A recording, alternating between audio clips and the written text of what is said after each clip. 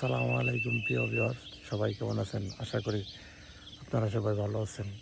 ইতিমধ্যে আল্লাহ পাকের অশেষ মেহেরবানিতে আমিও ভালো আছি। আজকে পবিত্র জুমার দিন। আজকে সবাই জুমার নামাজ পড়তে আমরা চলে যাব আল্লাহর ঘর মসজিদে। আমরা সবাই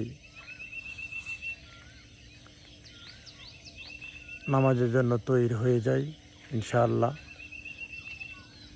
আমরা মুসলমান শুক্রবারে পবিত্র জুমার দিন, এই জুমার দিনের ওসিলায় আমাদের যত মৃত পিতা মাতা আত্মীয় স্বজন আছে সবাইকে আল্লাহ যাতে মাফ করে দেয়।